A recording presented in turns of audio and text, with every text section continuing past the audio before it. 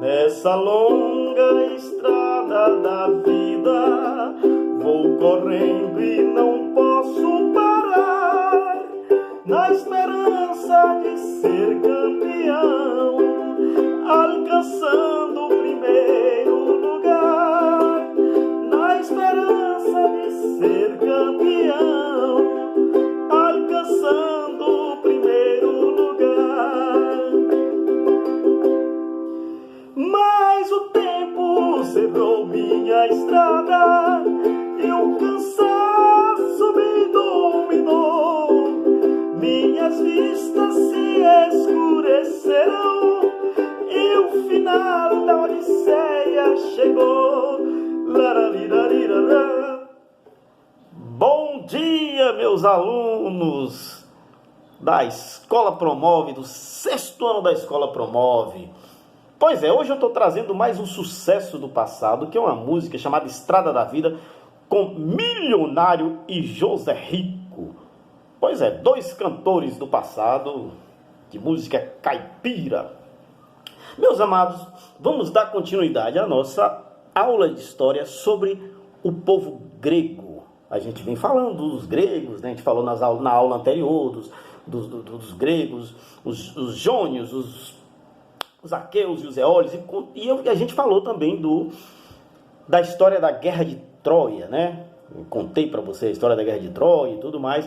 Hoje a gente vai dar continuidade à nossa aula e a gente vai falar de uma grande mudança que aconteceu na civilização grega, naquela região da Grécia, após a chegada de um povo novo que invadiu a chamada civilização micênica.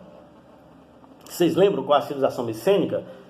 Quando os aqueus invadiram Creta, a ilha de Creta, a junção do povo cretense com os aqueus resultou na chamada civilização micênica. Pois é, essa civilização micênica ela vai ser profundamente transformada com a chegada dos dórios, os dórios, um povo guerreiro, vai chegar lá em torno do século XII a.C., certo? Praticamente, os dórios eram um povo guerreiro, essencialmente guerreiro. E eles tinham uma diferença, uma grande vantagem em relação aos outros povos guerreiros. Por quê? Porque enquanto os outros povos usavam armas de cobre, espadas de cobre, faca de cobre, facão de cobre e lanças de cobre, os dórios já dominavam o ferro, que é um metal muito mais resistente, mais duro, né, do que o cobre.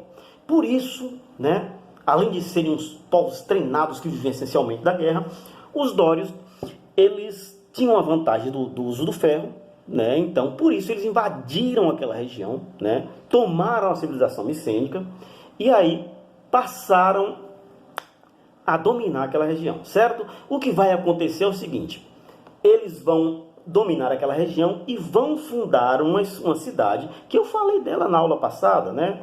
Falei dessa cidade. Eles vão fundar a cidade de Esparta. Não é à toa que os espartanos eram guerreiros, a essência do povo espartano era a guerra. Então, por quê? Porque eles eram herdeiros dos dórios, um povo também guerreiro, treinado, altamente treinado, qualificado para a guerra, o combate, certo? Então, meus amados, com a chegada dos dórios, há uma diminuição nas atividades comerciais daquela região, né? E há um aumento da utilização de armas, evidentemente, espadas, lanças e tudo mais, e também de instrumentos agrícolas feitos de ferro. E esse tipo de avanço com instrumentos agrícolas feitos de ferro vai fazer com que a produção agrícola aumente significativamente, certo? Muito bem. A sociedade grega, então, já no ano 1200, entre 1200 e 800 a.C., vai sofrer uma transformação muito importante. Primeiro é o seguinte: entre 1200 e 800 a.C., a sociedade grega ela era organizada em gênero, certo? Ou em genos. O que eram genos? Geno era um clã, um grupo familiar que dominava uma determinada região, certo? E olha engraçado, o plural de genos é gene, né? Genos, singular, plural, gene. Olha que engraçado, né? O plural de genos não tem o S no final, né?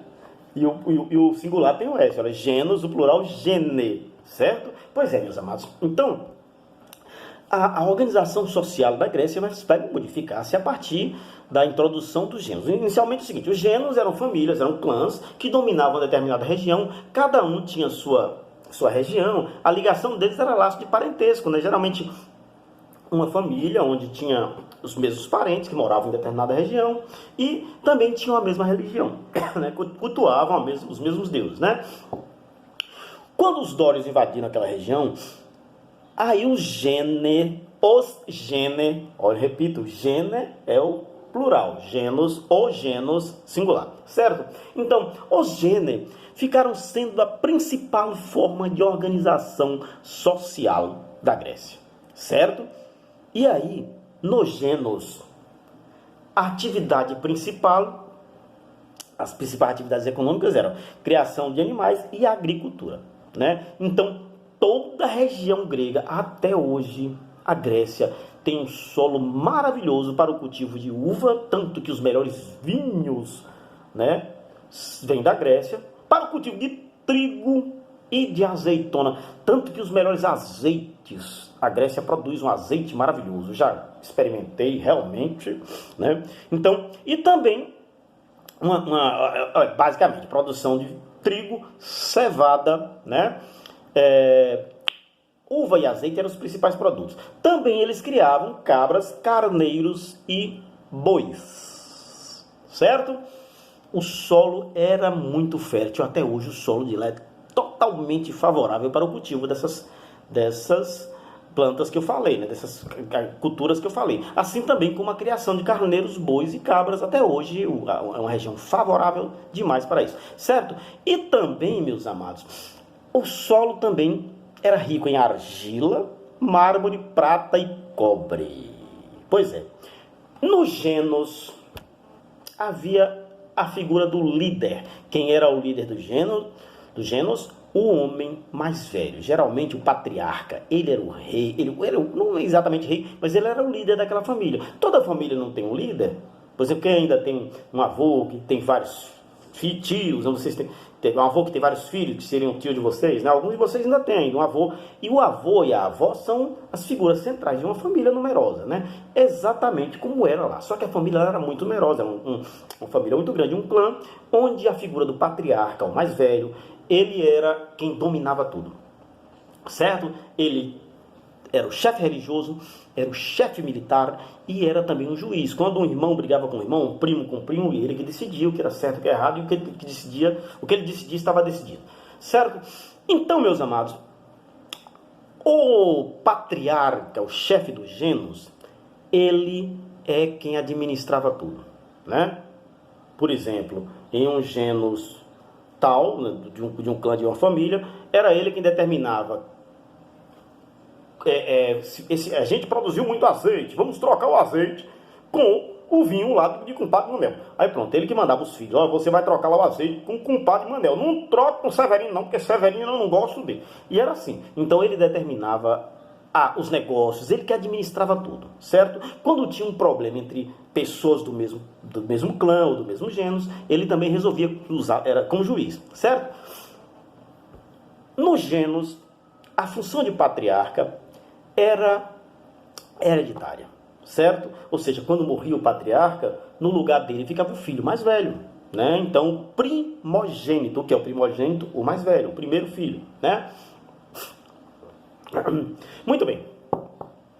Entre os membros de um gênus ou um clã, né? De um gênus ou um clã, havia uma ligação muito forte de fidelidade, um vínculo de fidelidade, certo? Então, por exemplo, se você fosse membro de um clã ou de um gênus daquele, onde o patriarca mandava e tudo mais, se fosse membro, e aí o seu vizinho, que era do mesmo clã, né? Então você devia fidelidade a ele, né? Sempre que precisasse de você, você iria colaborar com ele, assim como ele faria com você, certo? Então era um vínculo muito forte. Então eles se ajudavam entre si e também se protegiam, né? Pois é, meus amados, acontece que a terra, na época, vocês perceberam que as principais atividades econômicas da Grécia era a agricultura e criação de animais.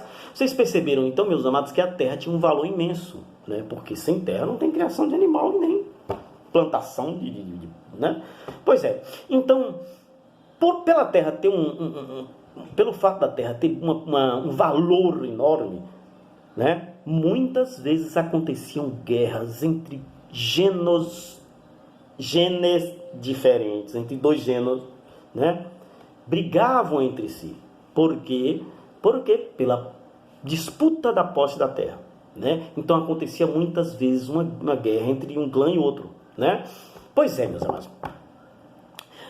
E muitas vezes, quando o inimigo era externo mais poderoso, alguns genes uniam-se e formavam a frátria. Frátria, parece fraterno, né? Frátria.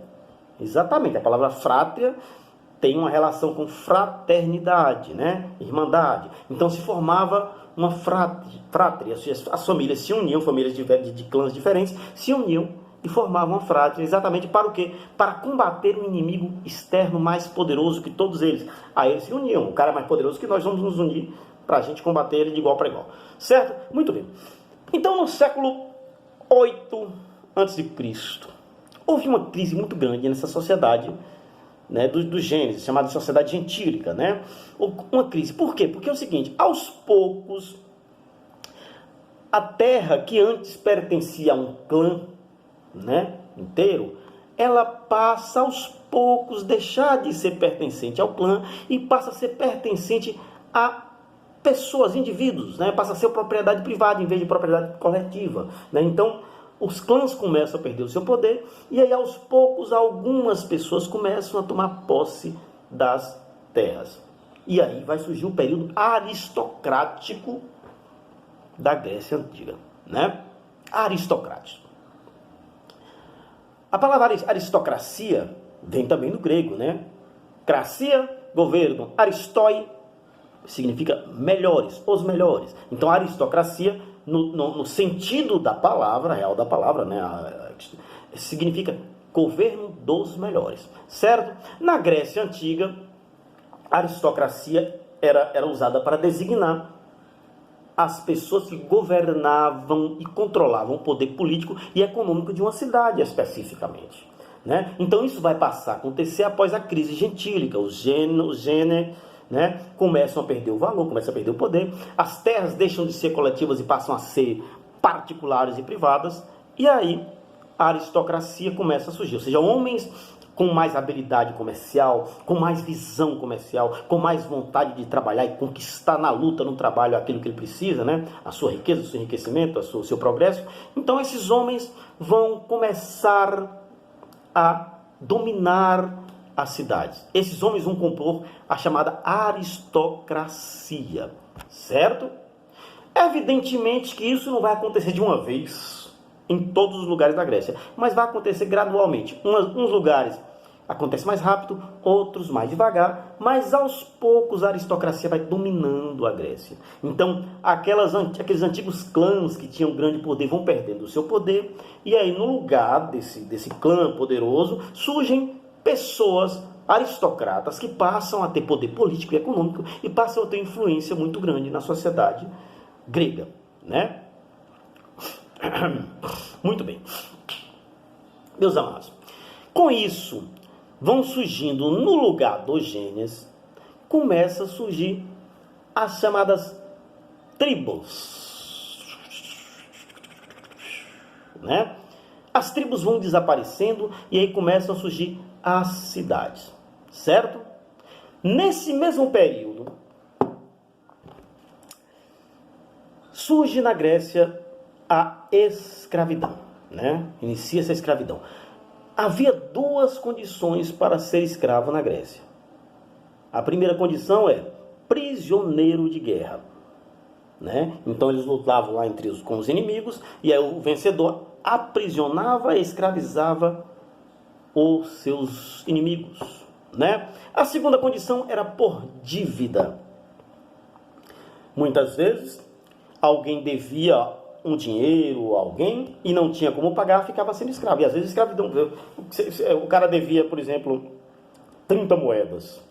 Ele podia pagar as moedas, se não tivesse dinheiro, pagava essa dívida com um trabalho escravo. Ele ficava sendo escravo durante um tempo, ou a depender do tamanho da dívida, ele seria escravo eternamente, né? Pois é, então a escravidão vai surgir na Grécia nesse período, né? E vai acontecer o seguinte: qual tipo de escravidão que tinha na Grécia, né? Dois tipos de escravidão. Praticamente, o escravo doméstico, que trabalhava dentro da casa, né? Fazendo coisas domésticas, né? Cuidando da casa e tal, jardim da própria casa, e o tipo de escravo que trabalhava no campo, né? O escravo que trabalhava ao lado do homem livre nos campos, certo? Então, era assim que funcionava a escravidão na Grécia. Quem eram os escravos dos gregos? Os inimigos. Os seus inimigos, seus próprios inimigos, né? Às vezes, por exemplo, eles escravizavam um povo vizinho que eles venciam, né? Pois é. Então, desde esse tempo já havia escravidão na Grécia, certo? Eles escravizavam-se entre si. E a escravidão lá não tinha nada a ver com cor de pele. Geralmente os escravos gregos eram brancos como os gregos, certo? Muito bem.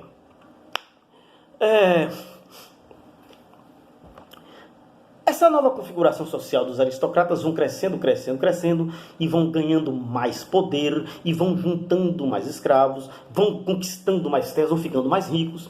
E aí começa-se o surgimento das cidades, né? Então, a partir dos aristocratas criando suas tribos, a partir daí surgem as cidades, porque aí começa a crescer, as tribos começam a crescer e aí vai surgir a cidade. O grego vai chamar a cidade com um nome bem interessante: polis. Polis. P-O-P-O-L-E-I-L-I-S. Polis. O que é uma polis? Né? Polis é a cidade grega. A cidade-estado grega. Agora é a hora da gente descobrir o que significa cidade-estado. Uma cidade-estado, porque é o seguinte: na Grécia as cidades eram cidades-estados, as polis eram cidades-estados. Por que cidades-estados? Porque cada cidade tinha sua própria forma de governo, suas leis, sua própria economia e não dependia das outras. Eram totalmente independentes das outras. Por exemplo, no nosso caso, Pão de Açúcar, Riacho, Paratinga, somos cidades que pertencemos a um estado, Bahia, que pertence a um país, Brasil, né? Lá na Grécia não era assim. Aqui nós temos um prefeito, temos um governador e temos um presidente. Na Grécia não era assim, certo?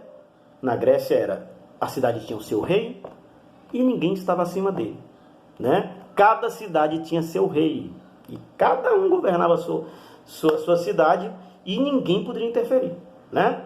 Então, assim é que funcionava. Ou seja, isso se chama de cidade-estado. Aquela cidade que é uma cidade onde tem suas leis próprias, seu governo próprio, que não deve obediência a mais ninguém, certo? Muito bem, meus amados. Vai acontecer o seguinte, amados, que na Grécia, né, as cidades eram independentes umas das outras, cada uma tinha seu governo, tinha sua própria moeda e seu próprio exército. Cada cidade tinha o seu próprio exército, né? Cada cidade tinha seu próprio exército, tinha sua forma de governo. Tinha cidade, por exemplo, que tinha 2 reis, tinha cidade que tinha um só, tinha cidade que não tinha rei nenhum. Isso a gente vai estudar mais lá adiante.